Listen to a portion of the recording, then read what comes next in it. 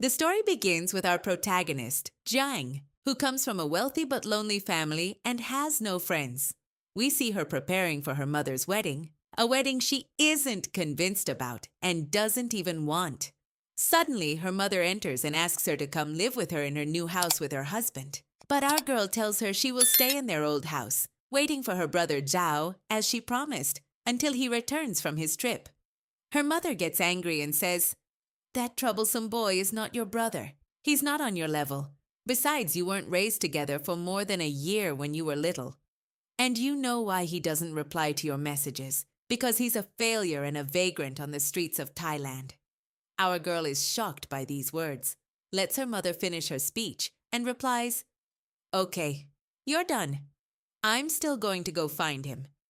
News about him stopped, and she hasn't heard anything from him. So she decides to go to Thailand, the place where he and his father are. We learn that before her parents divorced, they raised our boy as part of the family. But when our protagonist's mother divorced her father, she took her daughter and left everything behind. Our girl's mother is upset because her daughter ignores her despite repeatedly telling her that our boy now has a criminal record and is in trouble. But she doesn't care. So she calls the girl's father, who lives in opulence, and wakes him up with her call. She tells him, "Your daughter is coming. Don't let that troublemaker you raised see my daughter. Make her come home." The girl's father gets furious, hangs up on her, and blocks her. We go to our girl, who drops a pen on the plane. A cute girl returns it, asking if she's a tourist. She replies that she's looking for her adoptive brother. The other girl asks if he's worth all the expense, and our Jiang, filled with nostalgia, tells her she remembers all their memories together. How much she liked him, how intelligent he was, had high grades, and always helped her study. The day she left with her mother when they were little, he gave her the same pen she still keeps to this day. At that same moment, underground in Thailand, we see our boy. What a radical change. He's a boxer, and he wins, though he's obviously drugged. Suddenly, while resting, he's surprised to see the girl's father, who he's been living with until now. He tells him that Jiang is coming and that he will pick her up from the airport. Her mother hasn't stopped insisting that he shouldn't let her see him. Our boy is shocked, but still. When our protagonist arrives, she finds Zhao standing in front of her and is stunned. He asks if she doesn't recognize him, but she says she does and immediately confesses her love to him. However, she spends the whole ride staring at him, shocked that he's so handsome, but has scars. He asks if she wants a 4x6 photo or something, and she asks if he finished his studies. He surprises her by saying he dropped out after middle school, which shocks our girl, especially since he was so intelligent. While they're stopped at a traffic light, a suspicious guy approaches them. He seems to know Zhao and asks if he's going tonight or not. Our girl feels they look like gang members and thinks, "I left you as a model student. What turned you into such a troublemaker?" She's lost in thought until she's surprised to see our boy stop and buy her strawberry juice. She then remembers when they were little, being picked up together, and how he would give her the ones that tasted better. Our girl arrives at her father's house and finds him, oh my God, completely drunk and not even recognizing her. Instead, her father's wife, who is kind, welcomes her and sits her down at the table. She's surprised to see a little girl and learns it's her half-sister, but the girl won't greet her until our boy tells her to, because she only listens to him. She distributes gifts, but suddenly one of our boy's friends arrives and asks to speak with him privately. Jiang was about to give him his gift, but he went off to talk to his friend. She follows them and finds them standing, overhearing something she doesn't quite understand, but he leaves. Before going, he says one phrase to her, "I miss you day and night." She's left wondering if he's joking or what's up with these weird guys, and she leaves. There, our girl gives him his gift and stays awake at night after everyone is asleep, thinking about him, not knowing what to say. She makes an excuse, saying she's hungry, and he says he'll pick her up so they can go together. While they're talking, he suddenly quickly hugs her because a motorbike almost hit her and tells her to be careful. And of course, it goes without saying that our Jiang was already in love even before seeing him again. They go eat together, and there Zhao tells her she should go back tomorrow because her mother booked her a return ticket. But she says she'll message to cancel it because she's not leaving. She's surprised to see his suspicious friend come looking for him again and sit down, asking about Jiang. He says she's his sister, and the friend's face changes because they look nothing alike. He starts saying, "Your sister. Please, there's no resemblance between you two." Our boy ignores them, and we see him take the chili off our girl's food and put the plate in front of her to eat. A total gentlemanly gesture. But she overhears them talking again about that strange offer she doesn't understand, and his friend tells our boy to think carefully and take care of himself lest the thugs find out. Zhao gets annoyed, takes our girl by the hand, and leaves. As soon as they step out, they run into thugs looking for our boy who want to beat him up. He fights them off and saves our girl from a bottle that was about to smash her head, grabs her, and they flee on the suspicious friend's motorbike. Despite literally almost dying at the hands of those nasty thugs, our girl is happy and living a love story in her mind as she rides on the motorbike behind our boy. We flash back a little. When our girl left with her mother, she kept sending him letters, and at the end of each one she signed her name and a phrase that always made him miss her. Jiang. But he never replied. She sends him one last letter saying she won't write anymore since he doesn't reply, and unfortunately, he doesn't reply. We return to the present with our boy Zhao, who takes our girl home. But he doesn't sleep there because she's there. She keeps asking him where he's going and when he'll sleep. But as soon as she gets close and says, "Could you not meddle in my life and keep your little nose in its place?" she leaves him.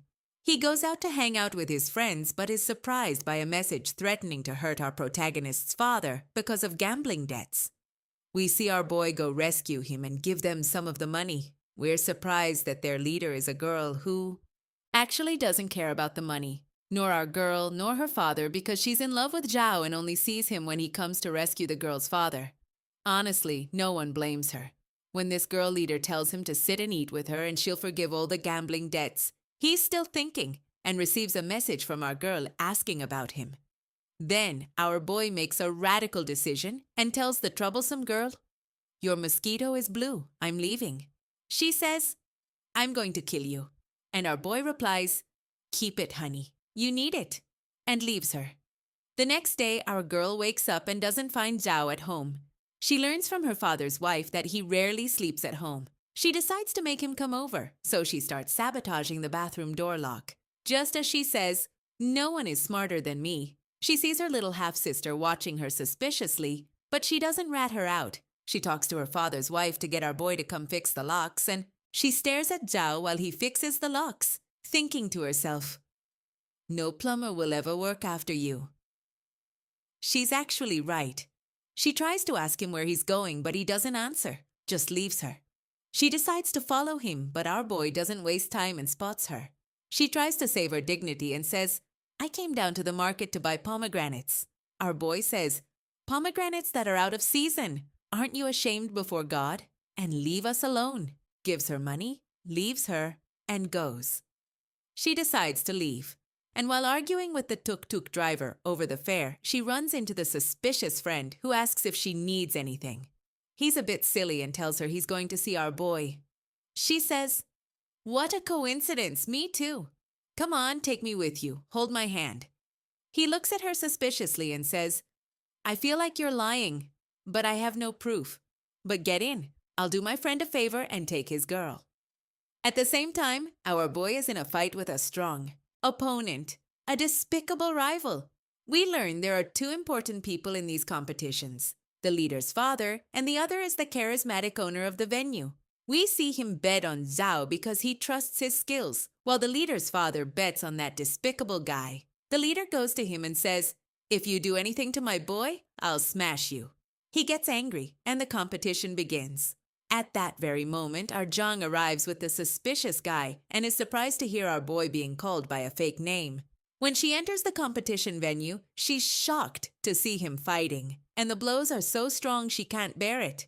She asks the suspicious friend to stop it, but he says, "If we try to stop the competition, we'd have to pay compensation, and then they'd beat us out of here." Suddenly, our girl sees the despicable guy hit our boy, and he's about to win. The people who bet on our hero, who are about to lose their money, start shouting his fake name, but he doesn't get up. Our girl calls him in fear. He senses her. Gets up after almost losing, but he's drugged. He's hit again by the other guy, thrown against the ring rope, and is surprised to see our girl in front of him, crying for him. He tries to gather his strength, manages to hit the despicable guy, but abandons the competition just as he was about to win. He quickly grabs our girl and takes her away from there. The girl leader's father hates our boy and is angry because if he hadn't withdrawn, he would have lost the bet. He scolds the despicable guy who swears revenge on our boy. When our protagonist goes with our boy, she asks him why he gets into such trouble, but he doesn't answer and makes her get in the car. There, our girl starts crying, saying he's risking his life, that he was never like this before, that he was intelligent and beloved, that even if he can't stand her, she tried to contact him in the past and he never replied to her letters, and that she's finally leaving tomorrow. He, with a cold face, doesn't answer her. Our girl asks, "Don't you feel anything?" But is surprised when he accelerates and says, "You're a spoiled brat, for God's sake. You're not made for this environment." She doesn't understand what he means until she sees the despicable guy in front of them, blocking them with his car and other cars, and they get pulled into a car race. Our girl, who comes from the alleys of Garden City, is shocked by this environment and gets scared when she sees Zhao driving at high speed. He asks her to help with directions, like when they were little and played with their father. Our boy manages to overtake the despicable guy and win the bet money. She doesn't understand what's happening and how they suddenly ended up in a race for money. We see that, like boxing, there are bets on who will win. Our hero takes the bet money to the boss, who sees Zhang with him and says, "We've agreed for a long time that no outsider gets involved between us." There, our boy is cornered and says, "She's not an outsider. She's my girlfriend. I had to bring her today because she suspects me of cheating every day since I go out at night." Our girl is frozen and scared of these strange people and is surprised when our boy hugs her to calm her down and takes her away after taking his share of the winnings from the race he won. She starts yelling at him because he risks his life, because he suddenly gets into a race for money, because he puts his life in danger, all for money that isn't worth it. Our boy gets angry with her and says, "A spoiled rich girl like you has no right to say money isn't important, because when your father and I left, he was scammed out of his money, and we ended up on the street, and every time it rained, we got flooded, and besides, we had no money. Despite that, your father never abandoned him and raised him as his own son. But our boy moved heaven and earth to pay for his father's study expenses because he knew they had no money, and that's why he didn't finish his studies. So she has no right to complain because when they slept on the street before he worked in this, she knew nothing." Our girl is shocked and says, "You're risking your life." But he says, "Even if I die, I don't care, because I won't abandon the only man who stood by my side, and I need to get money because his little sister has a heart condition and needs treatment." She says, "I won't allow you to put yourself in danger." He stops, gets close to her and says, "You have no right to interfere because you even took your mother's family name." He moves away from her and says they'll go home. But our girl tells him she will return with her, and they will live in their old house where they grew up together because her mother hasn't sold it yet, and she won't go back until he promises not to work on those things. He replies and says, "Fine, we'll sleep in the car. Do you think I'll object?" And indeed, she falls asleep on him. But she wakes up to find herself covered with his jacket while he's outside thinking. She goes out to him, and there he tells her that her mother has arrived in Thailand and wants to see her because she wants her to come back with her, and he will take her to her mother. Our girl is surprised here when she sees that he doesn't want to come in or greet her. She goes in with her mother, who asks her to come back because they are going to Canada and will finally sell their old house. Our girl gets angry and says she doesn't want her to sell the house until... Suddenly, her mother points to our boy Zhao standing looking at them from afar, and as soon as he sees her, he quickly leaves. There, our protagonist's mother gets angry and says, "I told your father 1,000 times to keep him away from you, and even every time he called asking for you, I told him to forget you." Our girl is shocked and says, "So he was calling? He wasn't ignoring me?" Her mother says, "Someone like him, a thug, is not suitable for you." But our girl gets angry and sad that she accused him of forgetting her and never speaking to her when he was always asking about her through her mother. She returns to her father's house, sad, and thinks about his words, understanding him for the first time because her mother never liked our boy and forcibly separated their relationship. She stays throwing darts at the wall out of frustration when suddenly all the letters she sent him fall from behind the dartboard, and she learns that he kept them all, and every time she sent one, he would draw her picture on the back of the letter. She cries as she discovers that he never forgot her. Her little sister sees her sad and asks what's wrong. She asks if she knows where Zhao stays because he never comes around. She says he works at an auto repair shop and sleeps there. She goes to him. Our boy sees her and is surprised that she's in front of him and hasn't returned to her country. He finds her saying, "Today is our birthday. Every year we are together." He steps back and returns with her to when they were little and didn't know when they were born. The girl's father decides to celebrate together every year, and he takes her to buy a cake together to celebrate the girl's birthday. Our boy watches her as she makes her birthday wish that they stay together forever. They sit and drink together, and our girl asks him to stay overnight with him at his shop house because the heater in her house is broken. Our hero scratches his head because it's silly things and he laughs for the first time, and besides, he's hopelessly in love. He agrees to let her stay overnight just for today. Just as she's happy, she feels a stomachache and says quietly, "Oh, this cold and troublesome night. Why now?" He notices she's clutching her stomach and says, "Did your stomach hurt from drinking?" She says, "No, I just have cramps." He gets embarrassed, understands, and goes to get her personal items. He tells her to shower. She comes out, and he lets her sleep in his room while he will sleep in the other. But he finds her stomach pain is strong, so he searches online how to relieve it and stays by her side all night, taking care of her. There he remembers when our protagonist's father brought him after his own father died. He had been a friend of his father for a long time when he worked in car racing. We see that the girl's mother couldn't stand him from the moment he arrived, when she was still pregnant with her. But our boy was always by her side from the time she was little, taking care of her. And even when she was 2 years old and not speaking, the girl's mother blamed him for her not speaking, even though he was the one taking care of her. She decides to take him to an orphanage, but is surprised when our girl says his name, the first person she ever named. We return from those memories, and the next day he wakes up early to prepare food for her. There he sees those who work with him at the shop, and they're surprised when they find out there's a girl sleeping in his room, something no one had ever done before because he doesn't even like people entering his room. When the troublesome girl tried to stay in his room, he grabbed her by the neck and threw her out. They try to fix a problematic car because they don't know what's wrong with it. At the same time, our girl wakes up and hears them talking, goes to see the car and fixes it because she understands cars, since her father taught her before because he worked on cars. And indeed, the car works. Our boy's friends are surprised that she fixed it, and they step back when our girl introduces herself, saying she and our boy grew up together. Zhao finds them bothering her and tells them, "I wish we could cover those legs, put on some long pants. Do you hate yourself? Are we in London?" She goes to put on long pants and returns to ask our boy, who is making her breakfast, to stay overnight with him, but he refuses. She tries to persuade him. He gets close to her and says, "In your dreams, because it wouldn't be strange if I bring you the car tomorrow."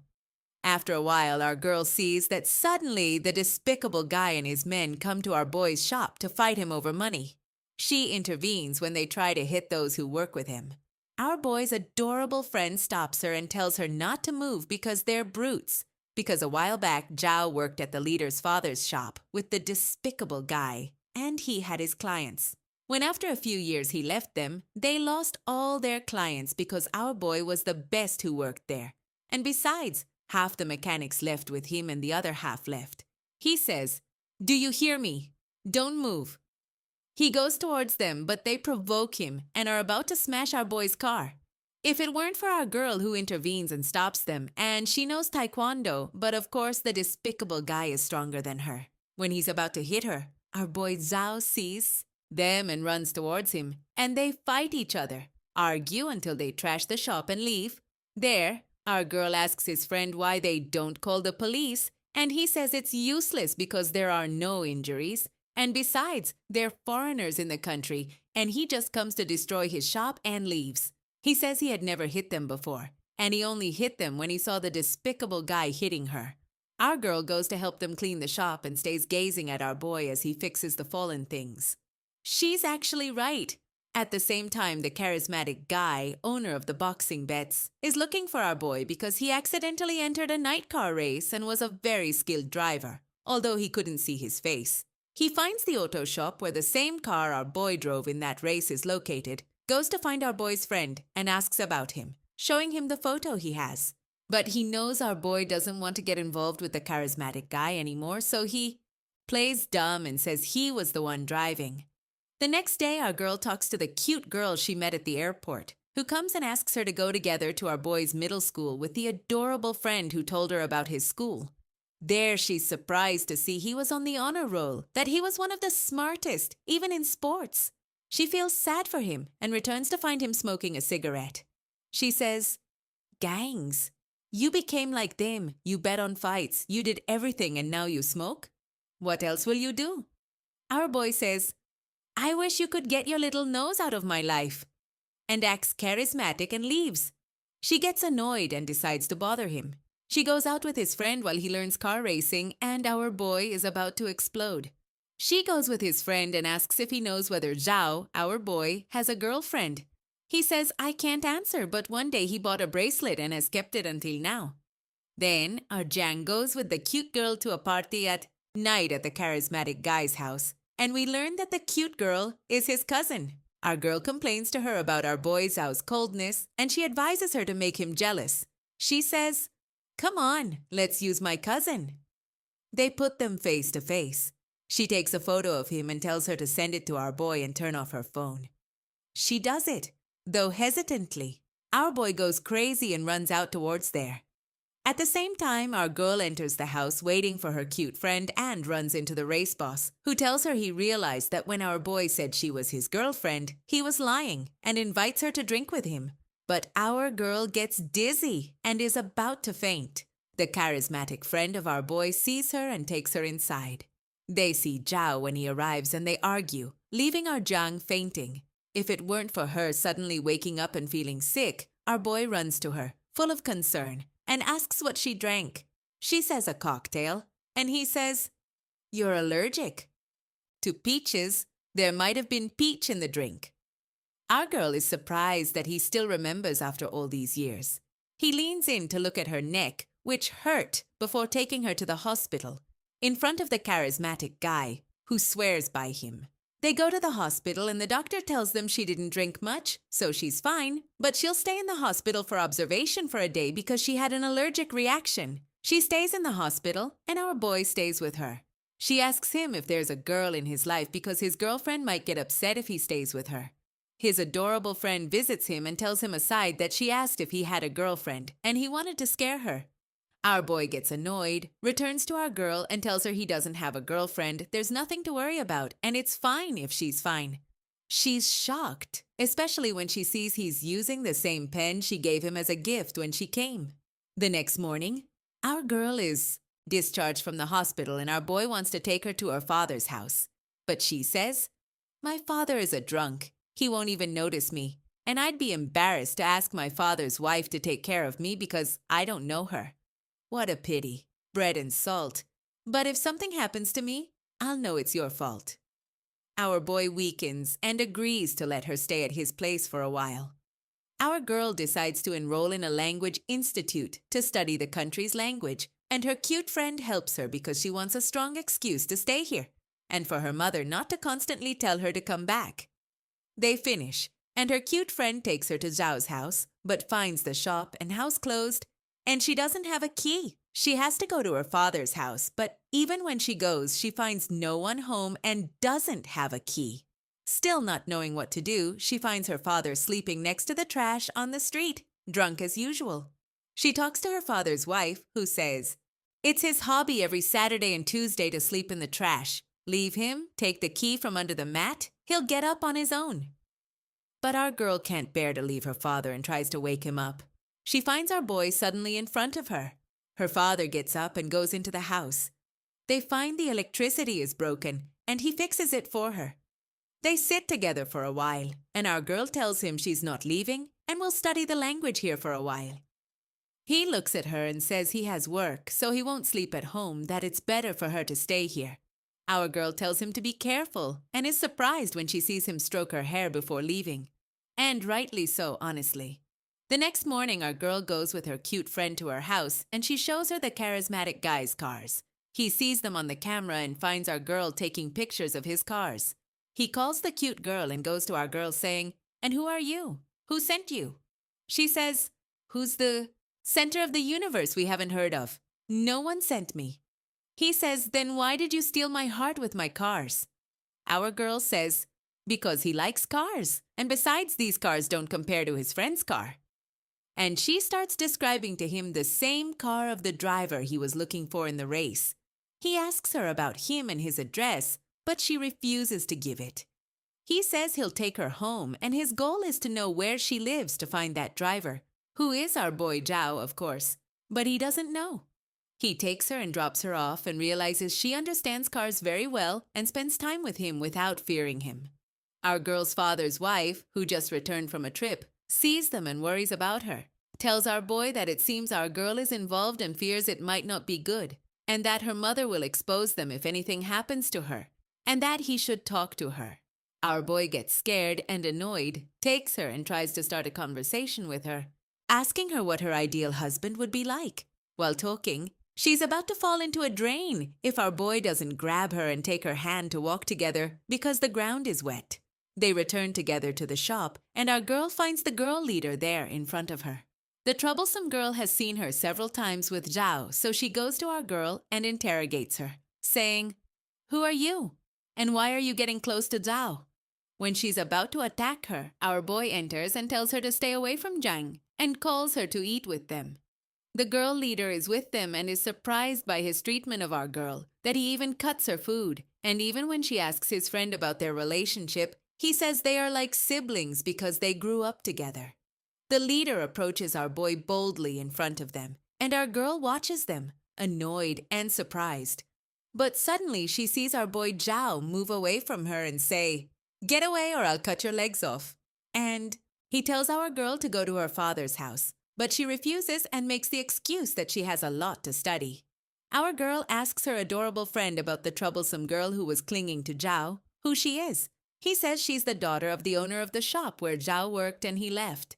Our girl is surprised that she's the daughter of the enemy and it seems she loves him, but he ignores her. The next morning, our boy goes to wake her up to go to the institute, and she wakes up late, so she starts circling around him, trying to persuade him to take her. He agrees and puts the helmet on her, and our girl is already hopelessly in love. When he drops her off, he makes her food, and after taking off her helmet, he gives her an invitation for an open house day at the Institute for Parents, and she gives it to him, not her father. He's surprised that she gives it to him and not her father. Zhao goes to our protagonist's father's house, where he stayed in high school, and takes out his school shirt, which is the same one at the institute where our girl studies languages. Her father's wife is surprised when she sees he took the shirt because he cherishes it very much, doesn't give it to just anyone, doesn't even let anyone wash it, but washes it himself. He gives it to our girl to wear because she hasn't brought her uniform yet. His friends are surprised when they're eating because he never let anyone touch it, let alone wear it. The adorable one tells her to be careful with him. Our girl goes to the institute with her friend, and her cute friend is surprised by the shirt our girl is wearing and tells her it's the shirt of the top 10 students, passed down through the years across different generations, and that her teacher always talked about an outstanding student who wore that shirt. Our girl is shocked and sad for Zhao and now understands why the shirt is so important to him. When she returns from school, she asks our boy for help with some things she doesn't understand and asks him why he didn't finish his studies if he was so outstanding. But he doesn't answer and leaves. She goes to hang out with his friend, and there she sees he has newborn puppies, and she really likes a small one because it reminds her of when they were little and found a dog, and they decided to take care of it outside the house because our girl's mother wouldn't allow it inside. But the next day, they couldn't find it. His friend says she can take it, but our girl hesitates a bit until she goes out with our boy to buy some things. There, she asks him to raise the dog at his house, but he says, "In a few months you'll leave, so what will you do with the dog? Or do you plan to abandon it?" She gets angry at his words and he accuses her of not caring about anyone, argues with him and leaves. Our boy gets annoyed, goes with his friend to get the dog, and his friend raises his eyebrows playfully and says, "My God, you've fallen, master." Our boy says, "I wish you'd be quiet. It would be better for you." The next morning, our girl is surprised when our boy's friend brings her the dog and tells her Zhao sent it. She's happy, takes it, and runs towards our boy, circling him with the dog, happy, and thanks him. Our boy laughs for the first time seeing her happy. Suddenly, the girl leader comes to talk to our boy, and our Zhang gets annoyed that they're talking alone, so she throws a tantrum, goes to them and says she wants to eat an apple, that she wants him to taste it first to see if it's sweet or sour, like he used to do before. He takes a bite from it, and the troublesome girl is annoyed and surprised that our boy makes such gestures, and she says to our girl, "No way, you're too cute. Get out of here." But our boy stays talking to our girl and ignores her, so she gets annoyed and leaves. Our girl asks him if he's not afraid of her because she's not easy, and he says while eating the apple that he's never afraid of anyone. Our girl provokes him and says while taking the apple and eating it jokingly that tomorrow someone will come who will make him afraid, and leaves. The next day, our girl decides to learn to drive, goes to practice and passes the test on the first try. Her cute friend is surprised she's so skilled at driving, but our girl says it's her father's genes. Then our girl agrees with the adorable guy to meet at the car dealership to teach him to drive with his new car. She waits for him, buys juice, and the charismatic guy sees her looking at the cars and taking pictures. We see he starts to like her, so he goes to talk to her and says the juice is bad, and he'll make her another one. Indeed, he takes her and makes her another one, and invites her to watch a race in the mountains. But our girl says she's meeting her friend, and he says, "Glory to God, I'll see him too because I'm sure he's a great man and doesn't know how to drive at all. I told him to come and we'll have a race." Indeed, the adorable one tells her he'll wait for her at the race venue, so she agrees to go with the charismatic guy. And truly, it's a fitting name. Our girl waits for the adorable one until she sees him arrive with the car crashed into a pole, which is embarrassing because he lied to the charismatic guy saying the driver he saw in the race was him, not our boy, and that doesn't make sense. Our girl tells the charismatic guy, "What do you expect from him? He'll make a scene before even starting." He says, "I swear he doesn't even drive a car with a stone battery." And indeed, the adorable one starts the race with the charismatic guy, and oh my God, it's a disaster. He can't even move 2 steps. There, the charismatic guy is sure he's not the driver and understands it's our boy because he made inquiries about them. He takes the cap the adorable one was wearing as camouflage, since our boy was wearing it the same day of the race, and says he'll take it to return it to its owner, leaves them and goes. Our girl goes to the adorable one and says, "Brother, men are a disappointment." But the driver left. The driver arrived. "Come on, I'll drive." And indeed, she drives with them and they stop to buy a cake. There, our girl says, "Instead of looking like a beggar, how about going to an invention called a barber to improve your appearance?" He replies, "My God, you've excited me, but be careful. I made myself like this out of consideration for the feelings of my fellow men." And they don't realize that the charismatic guy is watching them, and his eyes don't leave our girl. Indeed, the next morning, the adorable one goes with his haircut as if he had transformed into another person, and everyone can't believe his appearance. Our girl marvels and keeps talking to him, and our boy Zhao is about to explode with anger beside him because she won't stop praising the adorable one, and his appearance even when he calls her. She doesn't hear him immediately, nor go to him as usual. Finally, he gets annoyed, calls her loudly and leaves her, goes to wash his hands, unable to stand himself. Our girl goes to him and keeps talking about how much the adorable one has become cuter than before, which burns his blood, as if he wasn't the one who acted charismatic and didn't give her the soap since we started saying, "Oh, series." But he gets angry with her and says, "And what are you doing here? We're not like children who grew up together. and your presence here makes people, even me, understand that you love me. Our girl gets nervous and annoyed by his attitude, leaves him, and goes. The next morning, the charismatic guy goes with the cap to our girl's father's restaurant, who helps him with our boy and gives him the cap, telling our boy that he discovered him from the first time, and although he didn't finish the competition with the despicable guy, he's willing to be generous if he agrees to enter a race with him, and he'll let him think about it.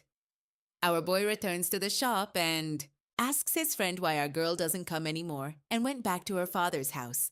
He replies, "I guess I put my foot in my mouth when I spoke." The adorable one says, "Believe the next morning, Dao goes to the institute for the parents' meeting. Our Jiang is very happy that he came especially for her and early, and starts taking pictures of him. He catches her, but still she's not scared and laughs with him. Our boy is happy to see her talking and happy during the meeting. The day ends and it starts raining very heavily, so they run together in the rain and take shelter under a roof until it stops. There, for the first time, finally, they hold hands while laughing at each other. Oh, we've finally aged waiting for this moment. They return home and he dries her hair. They sit and talk and joke together. She asks him to tell her why his parents separated. He says his father broke his mother's arm and didn't apologize. His mother cried and was distressed because he didn't even try to reconcile, so she divorced. That his father should have cared more about his mother. Our girl says his future wife will be very lucky with him. Our boy looks at her, goes out alone and thinks about their moments together, and finally admits to himself that he truly loves her and doesn't want her to leave. That they are not just two people who grew up together as he thought. He goes into her room while she's sleeping and stays gazing at the details of her face. The next morning, the charismatic guy wants our boy to enter a world race with him, and to provoke him, he sends him a video of him teaching our girl to drive. There, our boy stands before him in 3 minutes and threatens him to stay away from our girl. The charismatic guy says, "Let's compete. Whoever reaches where she is first wins." The charismatic guy knows our girl goes out at night with her friend, so our boy accepts, as the charismatic guy expected. Indeed, they compete, and both are so good they would tie. But at the last moment, our boy wins and reaches where our girl is first. He sees her singing, happy, and catches up with her in the car. They stop for a while, and our girl gazes at the moon and asks him to spend New Year's Eve together. They go for a walk on the beach, and our boy walks behind her, watching her before sitting together. She asks him to wait to see a meteor because she heard it would appear tonight, and if you make a wish, it will come true. But she falls asleep. At that moment, our boy wishes in her place that they stay together. The next morning, at the institute, our girl runs into the usual annoying guy, and this time he warns her about the guy who was with Zhao when she tried to escape from him. She learns he's at the same institute, but in a different specialty. Our girl goes to see that guy and asks him what he gave our boy. He says he just gave him his engineer brother's car blueprints, nothing more. She's relieved to know it wasn't anything bad and goes to visit him at the shop. Unlike other times, our boy doesn't pretend indifference. He's very happy. The next day at the institute, our girl goes to see the leader to talk to her. They sit on the beach, and there she tells her what happened to our boy at her father's shop, how he helped her family while studying because he wanted to go to university. But suddenly his little sister got sick, and he had to work day and night to save up money. Until one day a sponsor asked him to tune a car for a race, and our boy studied the car, worked on it, and left it exactly as the man wanted. He gave him a large sum of money with which he was able to operate on his little sister. But suddenly that man had an accident, hurt his leg, and they filed a lawsuit against our boy. He was going to go to jail, and the man's family demanded a sum of money to drop the charges, a huge amount. At the same time, our boy had left the shop and started working on his own.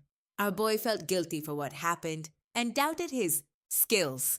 He went back to working at the girl leader's father's shop after his adorable friend sold his father's business and paid the compensation. Otherwise, he would have gone to jail.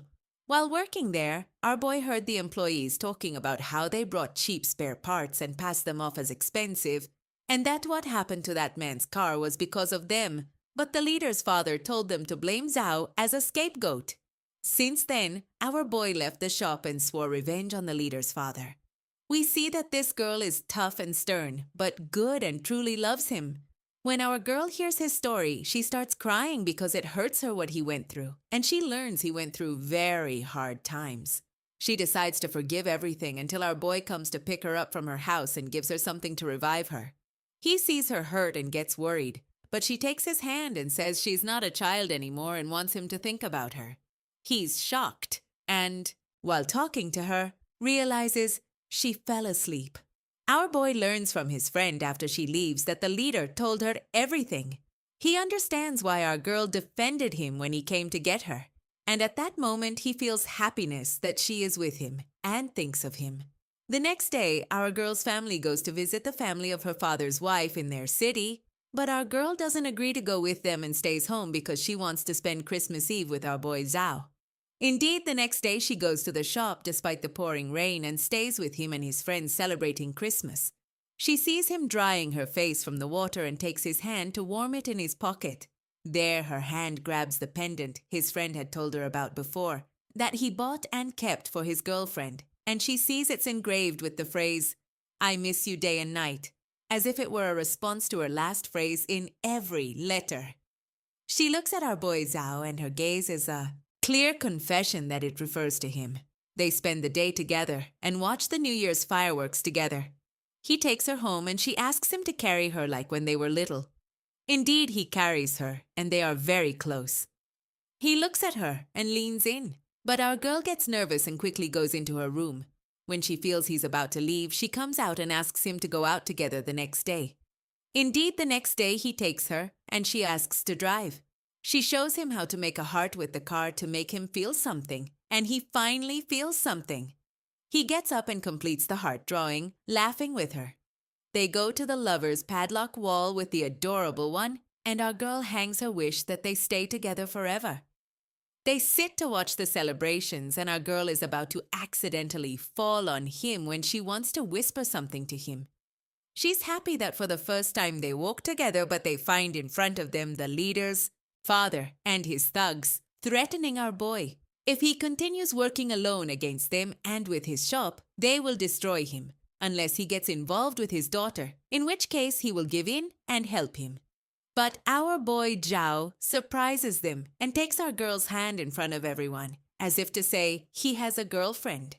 When they're about to fight, his adorable friend arrives with a megaphone for them to leave and not make a scene. The leader is sad that he practically acknowledged our girl as his girlfriend. We learn that the despicable guy is in love with her and will fight Zhao for her. Our boy tells him to sort out his problems with her away from him because he has someone very dear to protect. Days pass and our girl worries about our boy because he hasn't spoken to her or seen her for 2 days, as he's busy with the car races he entered. He manages to be among the 3 fastest in the race, as the charismatic guy had bet.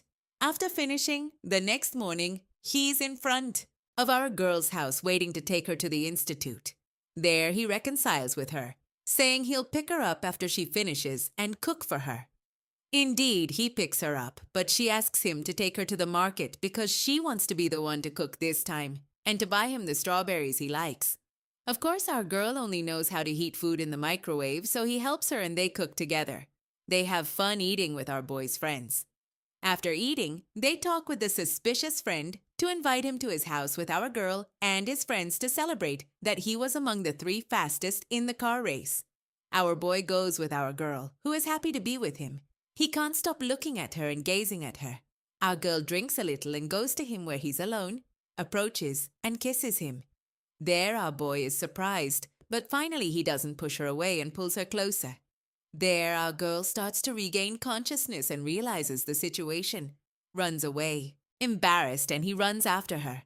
He sits beside her and there he firmly takes her hand, as if assuring her he's with her.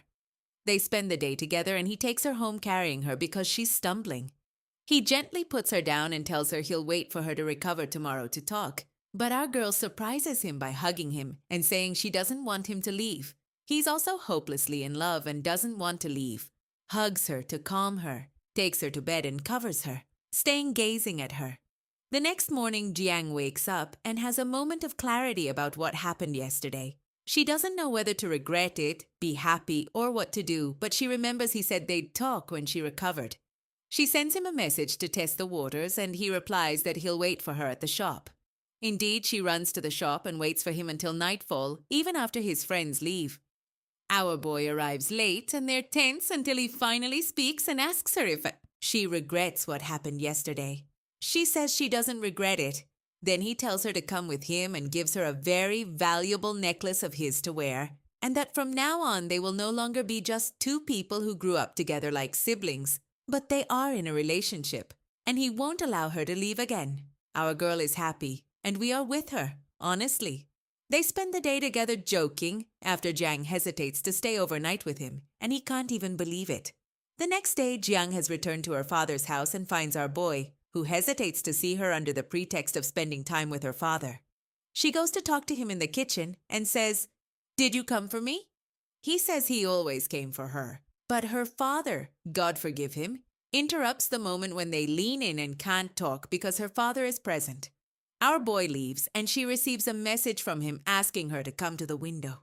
When she goes out, she's surprised to see him under her house releasing balloons, as she wished when they were little. Finally, they are happy together. They start spending time together at our girl's father's house, and our boy's shirt gets completely ruined while they cook together. So Jiang gives him a new one from her clothes she had at her house. He pulls her towards him, and just as we say, "How romantic!" his family returns home. Jiang gets nervous and says, "Oh, what a headache! What do we do?" Our boy says, "Don't worry, no one will suspect," and walks out of her room with complete confidence after hearing his little sister's voice wanting to come in to get something from inside. They find our girl, and actually no one cares except her little sister, who seems to have caught them. They eat together, and there her father's wife says she's happy they're eating together and that it's the first time she's seen her laugh like that. Her little sister asks our girl if she loves Zhao very much because she saw her cry when he left. Our boy looks at her and laughs. And like shame for another, she says it's because she saw the letters he kept. Our boy understands she saw the letters he kept, and truth be told, he's happy she knows he never forgot her. There, her father's wife asks them to go on a yacht trip together, and they agree. Indeed, they all go together, and our boy takes a photo with Jiang for the first time. They fish together, and when they're about to reunite, her father's wife pops out like a ghost. Our boy jumps into the sea to hide until she leaves, but her little sister has caught them and gives them 2 lemons, supposedly for the rule. Even when they return, she goes to Jiang's shop to see if they can be alone, and when she hugs him, she finds his friends in front of her. Our boy scolds them and says, "I want bird's milk. Did you just wean?" "I wish." And new spare parts for the cars, even though they just bought some.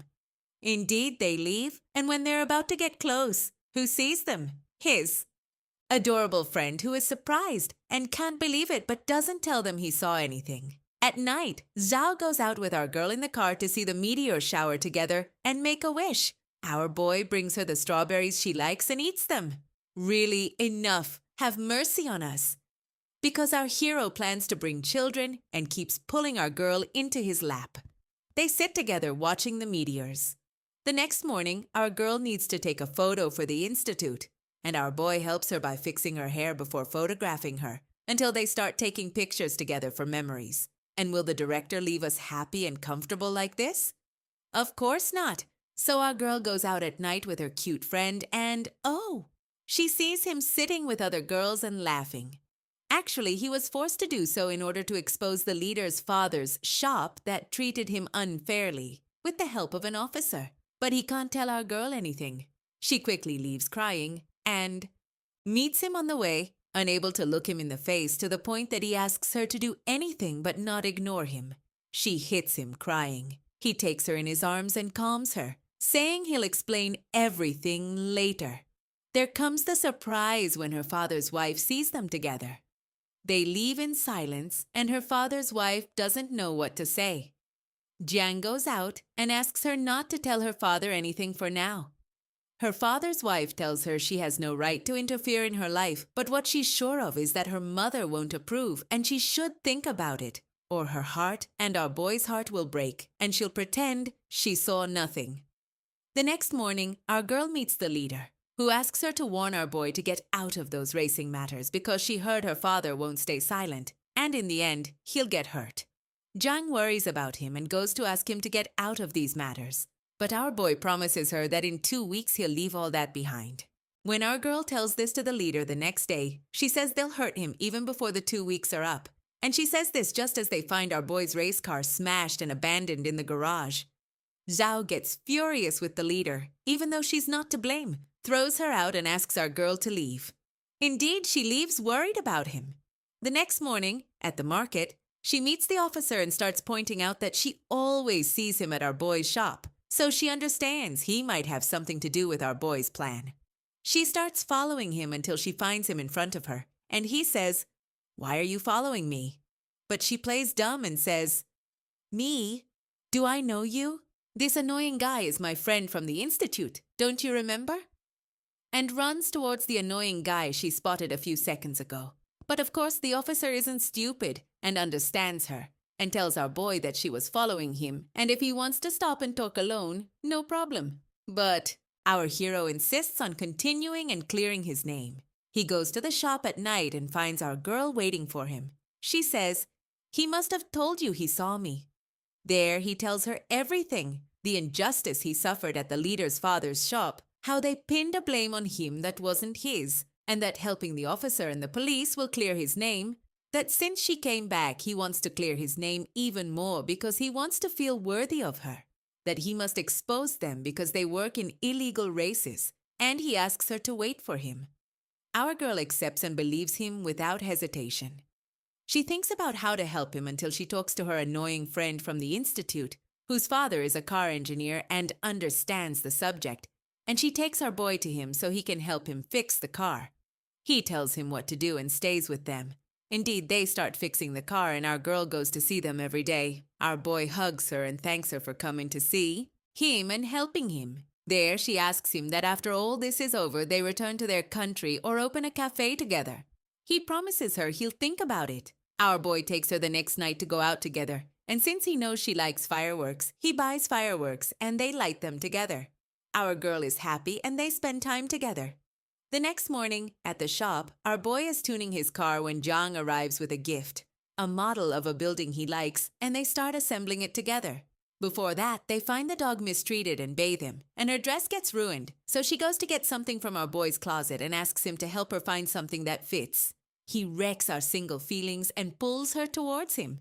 It turns out that the next day is the illegal race he must win, after which they'll be caught because they'll be caught red-handed. Our girl is worried about him because it's very dangerous, but he reassures her saying he has the entire race map and will avoid all dangerous routes, and it's his only chance.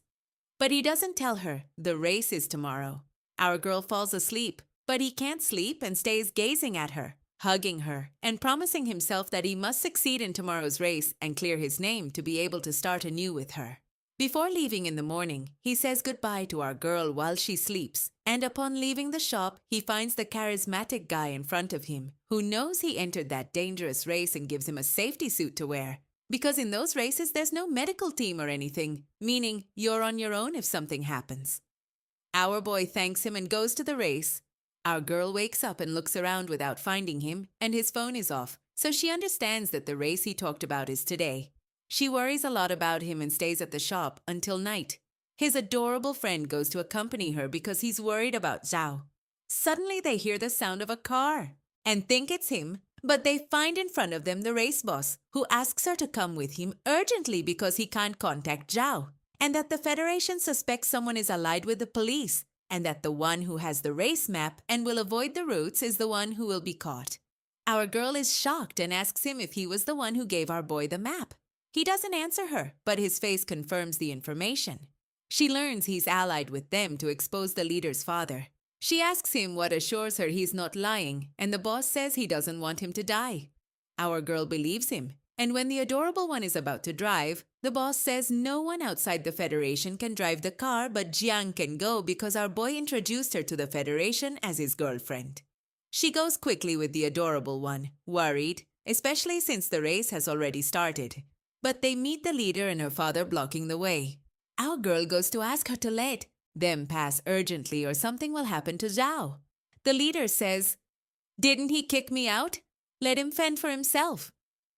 Jiang approaches and tells her she's the one who knows best that he did that, because he didn't want to involve her and hurt her. The leader is moved, but her dignity is above all. So she tells Jiang, "If you want to pass, kneel and beg me." Indeed, our girl does so without thinking, despite the attempts of our boy's friends to lift her up. The leader lets her pass. There, our girl doesn't know how to make our boy understand to be careful, so she asks the suspicious friend to bring fireworks. Indeed, he brings them, and she launches them into the air. Our boy sees them while competing, and there he remembers her words. Just as he's processing it, he finds that someone disabled his brakes, and the car goes out of control and falls into the sea. Jiang collapses from the shock and faints. They start searching for him in the sea and the hospitals, but no one finds him. The adorable one takes her to our boy's shop and tells her they can't find him and she should go home. And if he knows anything, he'll tell her. But she collapses in his arms and cries until he calms her. Indeed, she returns home and sits motionless, worrying her father's wife, who tries to talk to her, but she doesn't react until dawn. She goes to the shop again with the adorable one, who still hasn't left, and the situation is the same. He tells her she must eat or she won't be able to help them find him. There, she breaks down and eats hysterically while crying, to the point she almost fought, and the adorable one tries to calm her. At the same time, the leader's father and his men celebrate the fraudulent victory they achieved. There, the despicable guy enters, and it turns out he was the one who got first place after our boy fell into the water. He tells the leader he didn't need to sabotage Zhao, that he could win with his skills. The leader throws water in his face and says, "Celebrate and shut up," and leaves. The adorable one keeps trying his luck and calls our boy's number, and for the first time it's activated and rings. He tells Jiang that means he's still alive since it activated. Jiang decides to go to the market and ask the vendors for the officer's number because she saw him there a lot, and surely he would know where he is. Indeed, she gets it and calls him to ask about Zhao. He tells her his condition is serious and he's still in surgery and he can't give her more information. She cries for him, and as misfortunes never come alone, her mother's husband calls her, asking to meet. She learns that her mother was sick and had artery surgery, and her absence has affected her emotional state and her results aren't good. He asks her to return with him to Canada to be with her. Jiang cries and apologizes to him for hating him at first. She sends messages to our boy saying she's leaving and starts packing her bags. At the same time, our boy wakes from the coma, and the officer shows him our girl's messages. He calls the doctor. Our girl travels to Canada and enters university to study astronomy. She starts adapting to her friends and sends Zhao all her news without him replying. Despite that, she keeps hoping he'll reply. But our boy, the accident affected his leg and he can't walk. He needs long treatment. When the charismatic guy learns of his condition, he calls him and sends him a good female doctor who helps him. He starts the treatment, but it's very exhausting.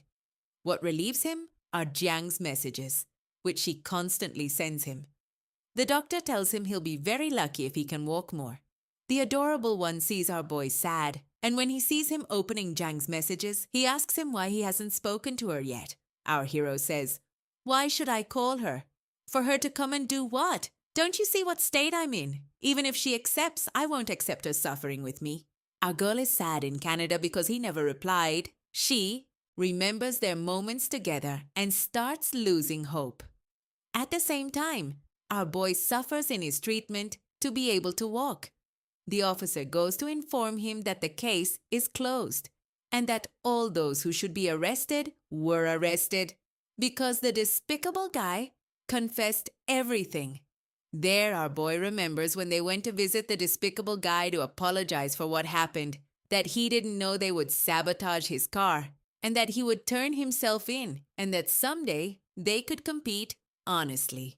Our boy thanks him, because thanks to all of them confessing what they did before and switching the spare parts for cheap ones, his name was cleared of the previous accident.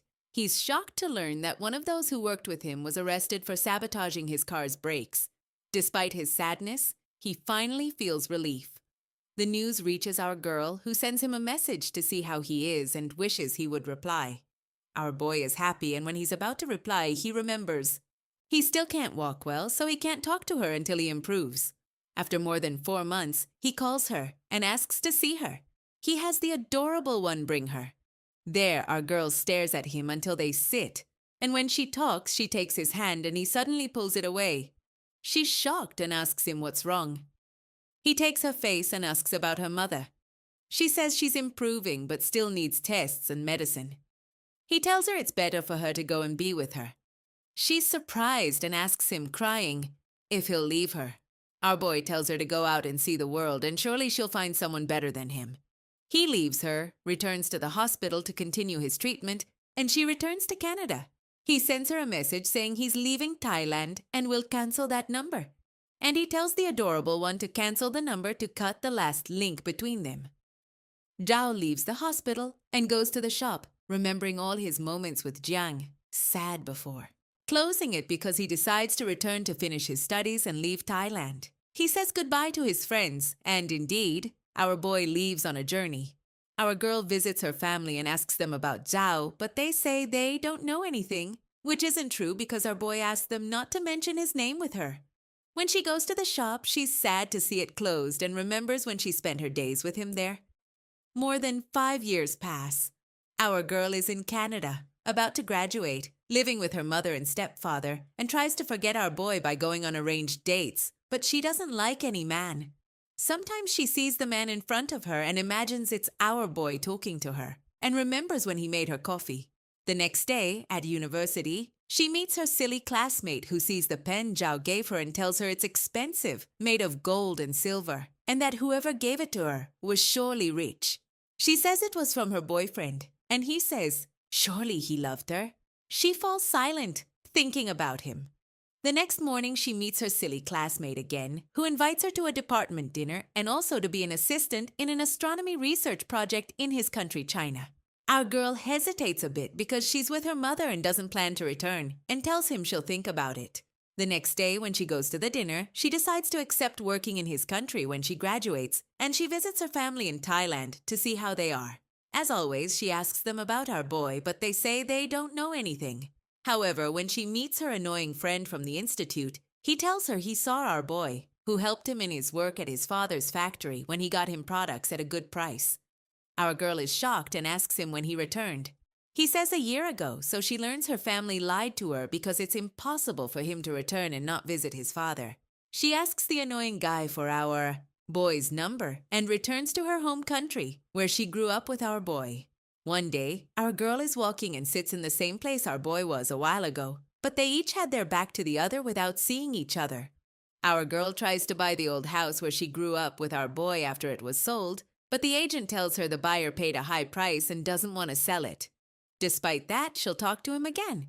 The agent leaves and a dog passes by, very similar to the one they raised with our boy before, but it got lost and she couldn't keep it. The next day, while jogging, she meets the same dog, who upon seeing her suddenly runs towards her.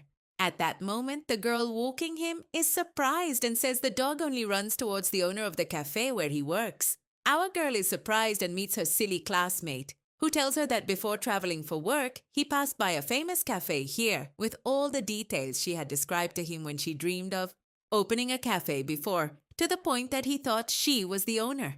Our girl quickly asks him to send her the address because she starts thinking that maybe Zhao returned. Indeed, she goes to the address and there she sees the dog again, calls him by his name from when he was little, and finds him running towards her. And he even leads her to the cafe himself. There, our girl is sure the cafe is Zhao's, especially when she sees the decoration and style, all to our boy's taste. She asks the staff for their manager's number, but they refuse and tell her to leave her name and number, and their manager will check it, that there are 20 people before you signed up. Our girl is shocked, but still leaves her name and number and leaves. At night, when she checks the cafe's pages online, she finds in the comments that someone wrote they heard he was married with children. Her face pales and she worries. The next night, she goes to the cafe under the pretext that she forgot something, there to leave him some sign that would make him feel something and call her. There, the employee tells her that their manager personally took it, designed it, and said he'd wait for her tomorrow morning. She rushes out after finishing her work quickly to the cafe, her heart pounding as she climbs the stairs to find him. Finally, after more than 5 years, they meet. There she asks him why he didn't call her.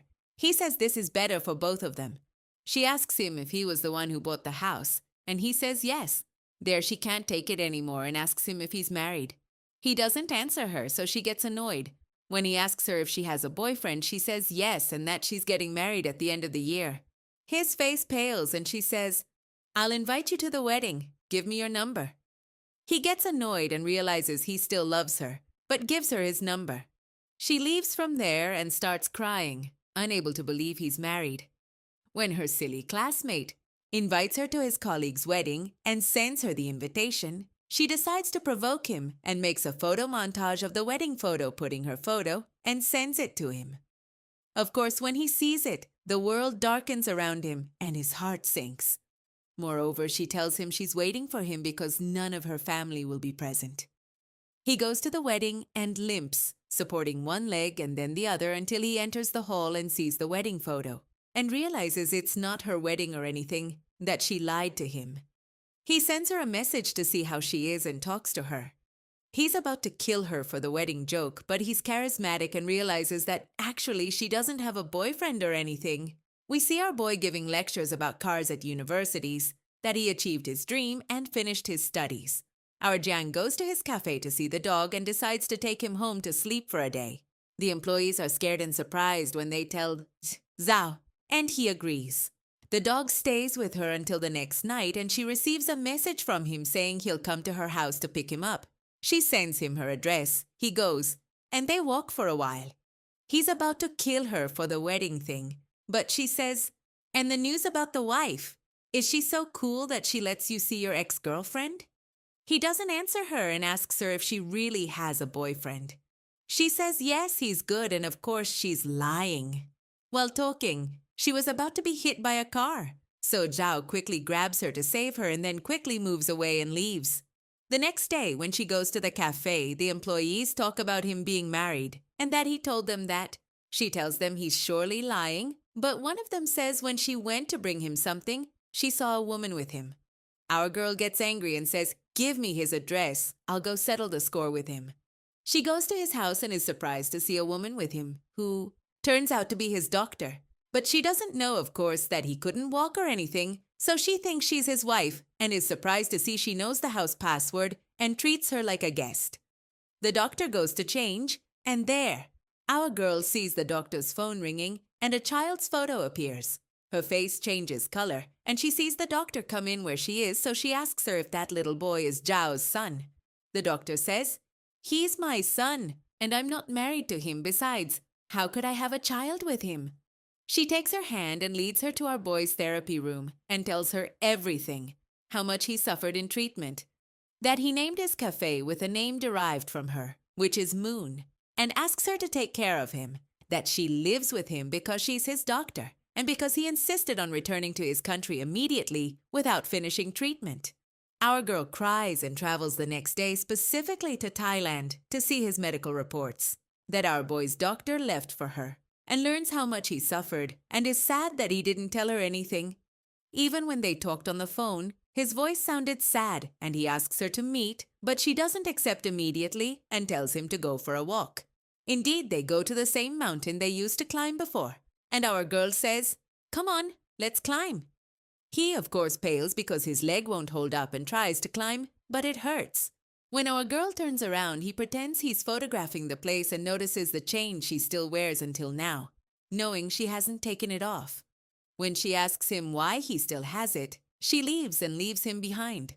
When he climbs up after a while, she confronts him, saying she knows everything and cries because he didn't talk to her. He says he couldn't bear for her to see him like that. She blames him for not talking to her even once and surprises him by asking if he wants to get back together with her. But he's shocked and doesn't answer. When he returns at night, he's sad and remembers when he last saw her before traveling, when he was exhausted and his legs wouldn't hold him, and the adorable one helped him. Even when our girl left, he fell and couldn't bear it. At the same time, the doctor entrusts our girl to take care of him and be attentive. The next morning, our boy is sick and goes to get medicine at the hospital, so they make plans to go out, but he apologizes, saying he doesn't have time and doesn't want to tell her he's sick. She decides to go see him at night at the cafe and is surprised when the employees tell her he's sick. When he returns, she asks him if he took his dose of medicine from the hospital or not. He quickly hides his hand and removes the injection bandage so she doesn't see it on his hand. Our girl gets annoyed because he's sick and didn't tell her, and asks him if he's okay. Suddenly, he leans in a little, and there she remembers every time he leaned in before, and he says, "Touch my forehead to be sure." When she raises her hand, he moves away, and they go in to sit for a while at the cafe after he makes her coffee. There, our girl tells him she wants to go to his house and spend time together. Indeed, they go and she enters his house and he prepares food. There, our girl decides to help him and he ties her apron. Meanwhile, he asks her if she had a boyfriend before him or if anyone talked to her. She says many, but the breath, God is responsible. They talk until the adorable one calls our boy and asks him to come over so he won't be alone, but he hangs up as soon as he hears our girl's voice. They go to eat together and he serves her fish like when she was little and asks about her mother. And she says she's fine. There she tells him she wants to cut any fraternal relationship between them because in reality, they are not siblings. There our boy gets up without speaking. She goes to him and says she wants to stay with him at the house instead of living in a rented apartment, but he says it won't work. There our girl sees the moon and points at it, and he says his nickname is Chao, which in their language means sun, and her name, Jiang, means moon. And the moon and sun never meet, so don't bother. When he's about to leave and leave her, she runs to stop him and asks him not to move away from her every time, that it's her decision, and starts crying. He looks at her, finally reaches his limit, goes behind her and stops her, saying he doesn't want to do her an injustice, so he'll send her his latest health reports and she'll decide. Indeed, he sends her the reports and she asks his doctor about them, and she says even if he can walk now, he still has time to fully recover. The next morning she had work with visiting people and finds our boy in front of her. She's surprised, but our boy sees the silly guy inviting her to eat with her colleagues and doesn't feel safe, so the silly guy leaves and she asks him why he came. He says he wants to know her decision. She says she'll tell him after they go somewhere. Before leaving, they start looking at places until they arrive at a place on the rooftop. There she tells him that today there was a full orbit of the moon in the sun's rotation time, so the phenomenon of the sun and moon shining at the same time occurs. Just as God made the sun and moon meet, surely they also have a chance. Our boy looks at her, no longer able to hold back, hugs her, and apologizes for leaving her all this time, but that from now on, they stay together. They stand together watching the brightness of the moon and sun, and she introduces him to her work friends. Our boy is ecstatic to see her introducing him as her boyfriend and doesn't let go of her hand throughout the meeting. When they leave, it's raining, so they run together in the rain, and he covers her with his jacket. They go to his house, and he goes in to change clothes. Our girl notices he kept the same models she brought him before, and our boy sees her and goes to her, saying he assembled them twice while in the hospital, but this time they'll assemble them together. He asks her to move in with him, and they spend the night together. Finally, may God protect them from the director's eye because we are exhausted. The next morning, our girl wakes up looking for Zhao and finds him training as therapy for his legs. There, she asks him to move into her apartment today. She tells him there are still 2 months left on her lease and the landlord won't refund her money. Our boy says he'll pay the last 2 months, and he wants her to be with him at home today, that they'll go together to get her things. Indeed, they go to her apartment and our boy starts packing her things, sees a piece of fabric and thinks it's a towel until she surprises him by saying it's a dress. He says, "My God, what a wonder! Did the fabric run out and it's making itself or what? Anyway, it will be thrown away, but I hope to see it before you hide it." He waits for her to change clothes, and there he sees the album she made with their photos together in Thailand, and that she kept everything he gave her, even the bandage he used on his hand in the fights and the study note he wrote. He finds her coming in where he is, oh my God, what a wonder, illuminating in the darkness. He says, "Honestly, I'm lucky to be the only fool who will see this beauty," and approaches her, his eyes shooting sparks of love.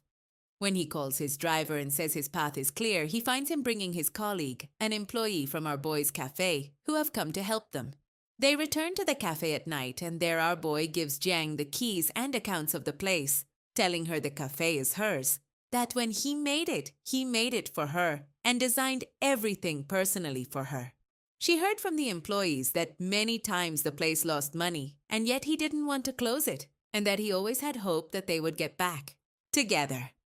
The next day, our girl visits Zhao at his university where he's doing his postgraduate studies and sees him joking with his friends, especially with a girl, and when he looks up, he sees her in front of him. So she pales and leaves. He goes to reconcile with her, she comes to hug him, and he says, "Let's settle the score for the campus." She says, "What did we do wrong for the campus?"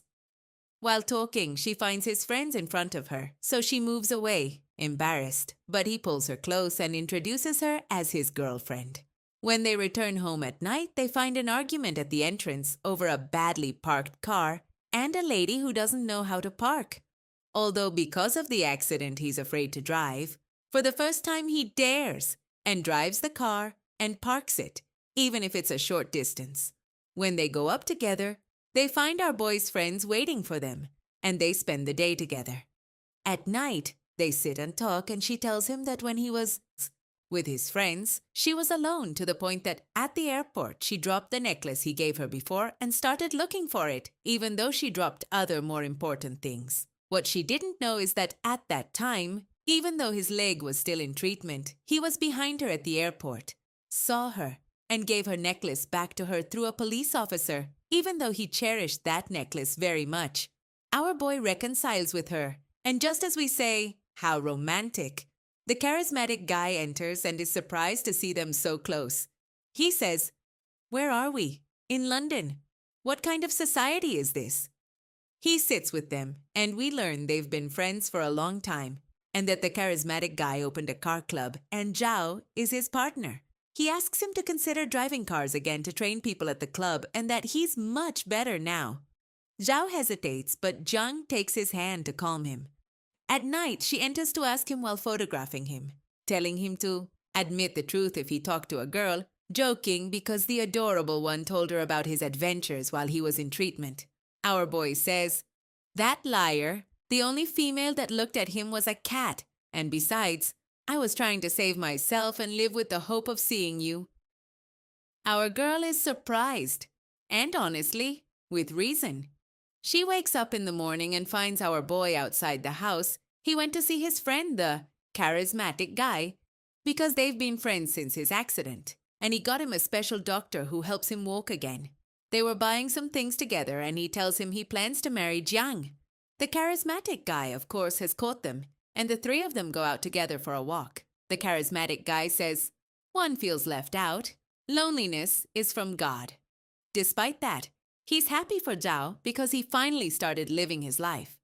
The next morning, our girl is late for work and rushes downstairs. Our boy notices she forgot her work notebook, so he goes down after her and sees she got on a bus. He gets scared when he sees the bus smoking, as if it's burning. He doesn't know what to do because she's not answering either.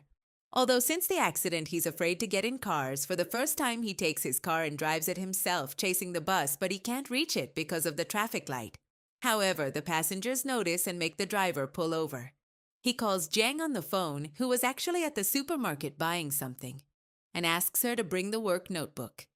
He runs to the supermarket and hugs her, scared as soon as he sees her. Our girl can't believe he finally drove the car. At night, our boy makes her noodles and tells her father entrusted him, when he lived with him while studying, to cook her that dish, and that he stopped drinking and started trying to be a good father to his little sister, that he's sorry for what he did. Our boy tells her that every time he got tired of studying, he would reread her letters to strengthen himself. Jiang says she forgave him a long time ago. There he asks her to go see her mother and tell her they are in a relationship, which is a big step because her mother can't stand our boy. To her, he's a lost cause and troublemaker. Our girl agrees, and he spends the whole night thinking because he bought the ring and has wanted to take the step for a while. Indeed, they travel to her mother in Canada, And when they arrive, her mother pales at the sound of his name and spends the whole meeting ignoring him and not speaking to him, despite the attempts of her stepfather and Jiang. Our girl takes his hand to calm him. At night, he takes the gold box he bought for our girl to propose to her mother and gives it to her, saying he has no family, to ask what to do when he gets married. That maybe he's not the man who will satisfy her, but no one will love her daughter as much as he does. That he wants to continue his life with her and wishes her acceptance. He serves her tea and extends his hand, hoping she'll accept. There, her mother looks at him and had heard Jiang until she enters. So her mother is forced to accept and take the cup from him without saying anything, and leaves. Our girl hugs her, trying to calm him. At night, Zhao is sitting in his room thinking, and our girl goes to him, trying to calm him and apologize for her mother's behavior. He tells her he feels an achievement because at least she didn't throw him out. That means he progressed well, and hugs her to calm her. While they're talking, her mother comes for them and tells Jiang to return to her room and leaves, leaving him alone. He's tending to her plants, and our boy goes to her. There, she asks him if he remembers how he used to cut useless paper. He says yes and takes it. She starts telling him she left our girl's father because he would ask her for things and he would go days without doing them. And when she insisted, he broke the plans she loved, that they were different, and love deceived them into staying together. Our boy, with his hand trembling from what he's feeling, suddenly stops because she practically rejected him, until he's surprised when she pats him and tells him to take care of Jiang because she spoiled her too much. He tells her he'll spoil her even more to make up for it. The next morning, they find our girl's mother kneading butter with honey, as if yesterday she hadn't been in the role of her mother-in-law. She asks him if he's worried something will happen, but he hugs her and reassures her that everything is fine and not to worry. They all sit together with the stepfather's son and celebrate Chinese New Year together. At night, our girl's mother insists on returning the gold he brought, telling him he suffered a lot in life and they should have taken responsibility for him. But he managed to help himself, and she entrusts him to take care of Jiang. They are already packing to leave and return to their country. Before leaving, he gives the stepfather a gift and says it's from our girl's mother. When they go to the airport, he opens the gift, which is a scarf that our girl's mother specially knitted for him a while ago, and she apologizes for every time she treated him unfairly and took it out on him for her divorce, and that she shouldn't have done that. He remembers when he made a scarf for our girl and she didn't have it, and when she asked if he was cold, he was embarrassed to answer. She asks him to forgive her, and he had already forgiven her a long time ago. Our girl returns after bringing coffee, and Zhao tells her to close her eyes and places on her necklace, similar to the one he kept for years, an engagement ring. He asks her, just as she spent her childhood with him, to complete their lives together. Jiang accepts and hugs him. We have finally aged. They celebrate with their friends at a bachelor/bachelorette party, reminding us of ourselves, and the wedding day arrives. Our boy is ready early, as if he can't believe it, but his friends are drunk. They don't wake up, same as Jiang's friends. She goes to Zhao and says, "What do we do? Postpone?" Our boy says, "Postpone? I can't believe I've reached this moment." He takes her hand, they get on a motorbike and ride off on it, and they get married. And with this drama ends. I hope you liked it. Don't forget to leave your comment on what you thought of Jiang and Zhao. Also, don't forget to leave your beautiful like and subscribe. See you soon, my hearts. I send you lots of kisses. Bye.